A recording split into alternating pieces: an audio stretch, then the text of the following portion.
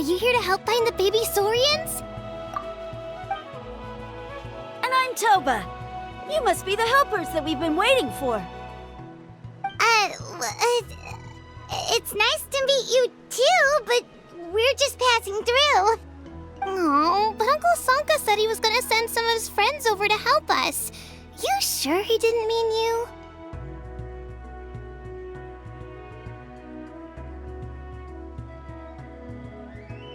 Yeah, sorry. Whatever this is about, it sounds like you've got the wrong end of the stick. Wrong end of the stick? Darn it! We've been tricked, Hoonie. I should have known that Glasses Guy was a con artist. What are we supposed to do about the baby saurians now? Time's running out. It's okay, Hoonie. Don't worry. Why don't you tell us what happened with these baby saurians, huh? There's been a lot of unrest in the tribe lately, and my dad's saurian got injured. Her name's Nana, and she has 3 little babies. After what happened to Nana, her babies were so scared that they ran off and hid. I'm really worried about them, so I decided to go look for them. If Nana is your dad's saurian, why isn't he the one looking for them? My dad's one of the elders, so he's busy getting ready for Turnfire Night. It's a really important ceremony, more important than this, anyway. I'm not supposed to be out here either, but I snuck out without telling him. I didn't think it would take very long, but then that guy we ran into made us tell him loads of stories, and it wasted so much time. Yeah, he was so selfish. He doesn't have a heart.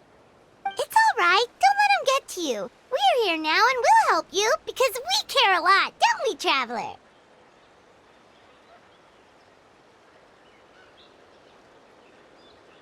They should be. I already managed to find their tracks, and it seems like they're hiding on the cliff.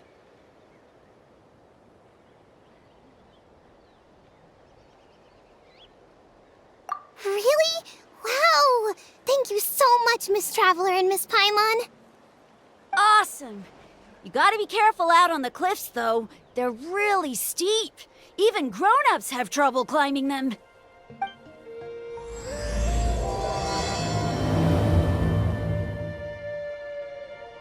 Rooney said the baby saurians are on the cliff, so let's find a way up.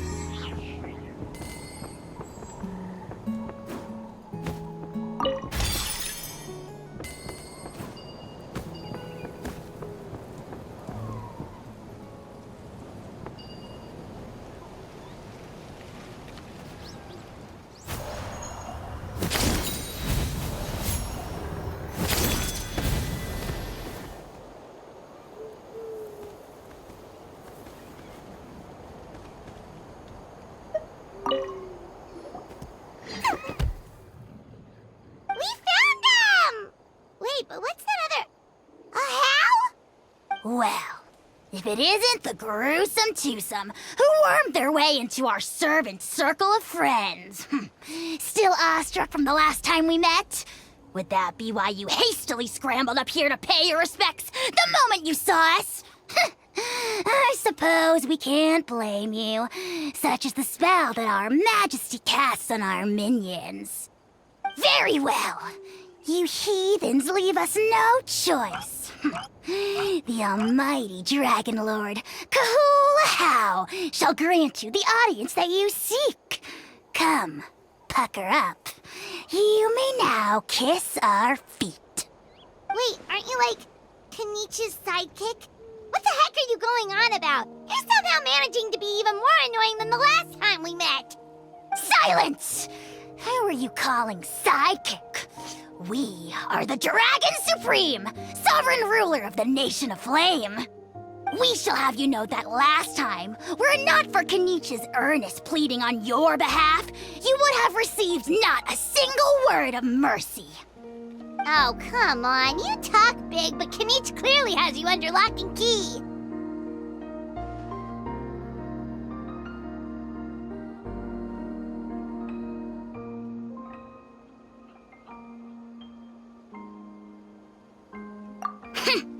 That's more like it.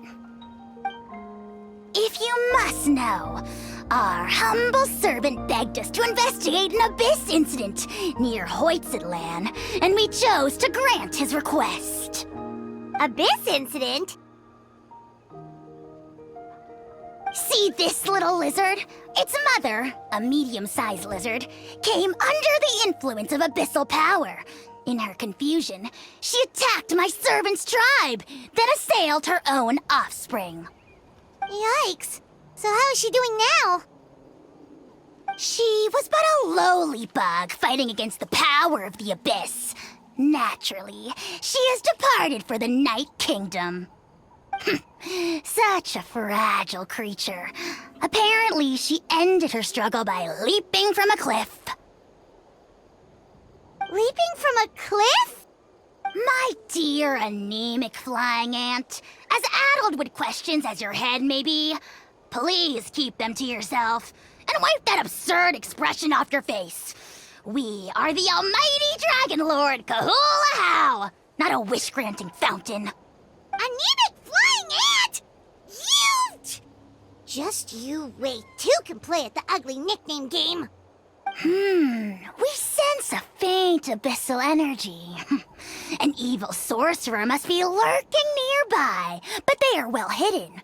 If you encounter any suspicious outlanders, be sure to give them a robust interrogation. Suspicious outlanders? Wait, are you mocking us? Ha!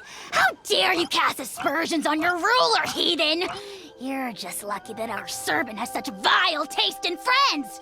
Otherwise, we would beat you black and blue, and then purple, then black again! If you're not here to kiss my feet, then get out of my sight. Do not impede the work of the almighty Dragon Lord, Kahula. The potty mouth on that guy? I'm on his furious! Still, good to know about the abyss threat, huh? Wasn't expecting that. Let's not get sidetracked. We should take care of Hoonie's request first.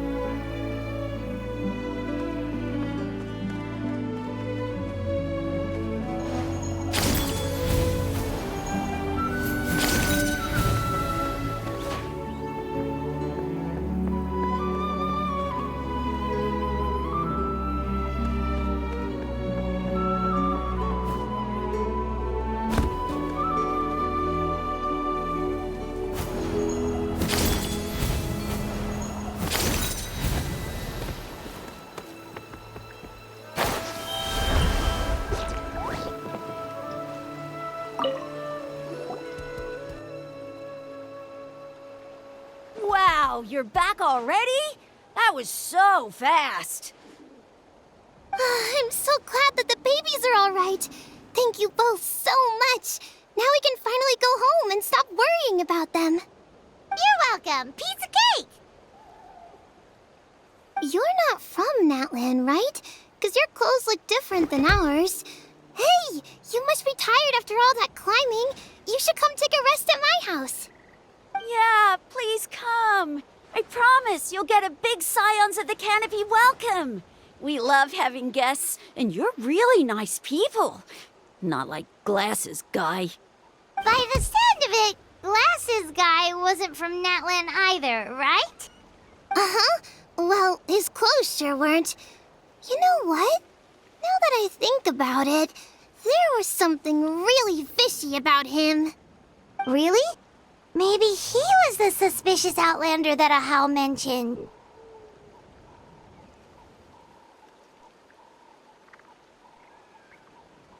Sure, if you're interested. Oh, let me think. How did the conversation go again? Oh, please, mister. I've told you so many stories already. When are you gonna help me find the baby saurians? Just one more story. One more, I swear. Why don't you tell me more about that ball of fire? I heard that there was a huge transparent ball of fire that used to burn 500 years ago, 1,000 years ago, maybe even further back than that. Oh, you mean Turnfire. That's where the ancient name Malipo comes from. Oh, wow. So it was the origin of an ancient name. That's impressive. Uh-huh. There's a story behind every ancient name. The legend goes that the Turnfire first appeared in the era of the Grand Alliance. It was used by the tyrant Huitztlan to rule over Natlan and oppress anyone who opposed him. Turnfire is different from normal fire. If you get set on fire with it, you'll feel horrible burning pain from behind you, but you won't die from it right away. And whatever you do, you mustn't turn back to look at it. Why? What happens if you turn back? As soon as you turn around, poof! You get burned to a crisp. Well, good golly gee. I mean, it's one thing to singe someone's clothes, but burning people alive? That is a big no-no in my book. Right? How nasty is it to burn someone from behind and not even let them turn around to look? Huitztlan really was an evil tyrant. Yes, shocking behavior. Now, let me guess. Eventually, a valiant hero came to save the day? That's usually how these stories go. Good guess, Uncle Glasses. Seems like you really know your stuff. The hero was called Yupanqui. He's the ancestor of our tribe. Yupanqui was friends with Huitztlan the tyrant, and also Shibalanke, the first Pyro Archon. He was working as an ordnance officer for the Grand Alliance at the time. He didn't like how Huitztlan was such a cruel tyrant, so he stole the Turnfire and threw it at the Huitztlan's army. The soldiers couldn't defend against it, and they all got turned to ash. And that's how our ancestors set our people free. But just as he was about to leave the city, he thought he heard Huitztlan calling out to him from behind. It caught him off guard, and he turned around to look. But Huitztlan wasn't there. All he saw was a city burned black, an army in ruins, and giant flames reaching up into the sky. A split second later, the flames he saw burst out from inside his eyes and swallowed him up. All it took was a single glance. As soon as he looked back, he was burned to a crisp.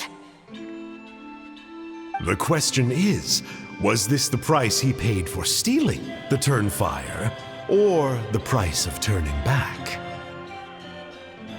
Nobody knows the answer. But the fire that consumed Yupanqui burned more fiercely than any other. It burned for 100 days until it burned a hole right through the ley lines. And then, the flame dropped into the deathly dark Night Kingdom, where it still burns to this day. The grown-ups say that it lights up the path that leads to the next life. But for the dead to be reborn, they have to accept the flames and be purified by the fire first. It's like a final look back at your life, where you have to answer for everything you did. Anyway, that's That's the story of Yupanki's Turnfire. Ah, a fine parable indeed. So, is it true? Is it really possible to find this fire in the Night Kingdom? I don't know. I think it's just a story. Either way, I assume this name has been passed down in your tribe ever since? Sure has. It went to Burkina, the hero that we celebrate on Turnfire Night. But that was 500 years ago. Yeah, and now it belongs to Kanich. So we often call him Malipo Kanich. Kinich, huh? All right, Uncle Glasses, that's enough stories. Now, can you please go find the baby Saurians for us like you promised? I would, but doesn't the legend of the Turnfire teach us not to look back? Let's not go dredging up the past. Tell me more about this Kinich guy. One more story, I swear. Starting now. No? Careful, Toba. You look dangerously close to cursing me out right now. Tut tut. We can't have that. Cursing is for grown-ups only. Uncle, you'd better not be trying to trick us, or the Turnfire will get you when you die. How would it get me if I'm outside of Natlan? Uncle Glasses isn't from here, you know. Unlike you. Huh? Wait. Is that?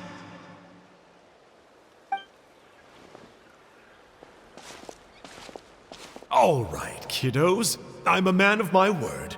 2 of my friends are on their way here, and, yeah, they'll help you out on my behalf. Work them like dogs, okay? That's what they're here for. Don't go easy on them just for my sake. Really? Well, first, can you tell us your name? We met at the foot of this cliff, so beneath the peaks, let's go with Sanka. Seriously? If you don't believe me, turn around and see for yourselves. They're right behind you. Huh? Where? Oh, wait! Uncle Sanka, where did you go? Yeah, definitely a fishy character. It sounds like he was digging for info about the ancient names. Yeah, and not only that, but he betrayed us too. He'll pay for this. All he got out of us was some stories, though. What's the worst that could happen? Traveler, maybe we should go tell Kanich about this. Ahau says he's investigating it, but he's a bit of a loose cannon. We probably shouldn't take him at his word. Huh? You know Kanich? Not very well, but we have met him before, and one time we had a meal together. Aw, man, I'm so jealous. I never even spoken to him. He's so cool. He's the Saurian hunter, and he has a really awesome ancient name. Me neither. I don't think my dad really likes him, though. He always tells me to stay away from him. Probably because of that little creep he always hangs out with. He's nasty, and he's so full of himself. Oh, the creep who calls himself Kahul Ahau? Yeah, we've had the pleasure of meeting him too. He sure loves pushing people's buttons. Exactly. I don't know why Kanich partnered up with him. Why didn't he pick me instead? Uh-oh. Huni, look how late it is. We've been out way too long. We better get home now or we'll get yelled at. Oh, yikes. You're right. Okay, well, this path here leads to our settlement. If you decide to visit, remember to come to my house. If there's anything you need, my dad can help get it for you. Hope to see you soon. We gotta run. Bye for now.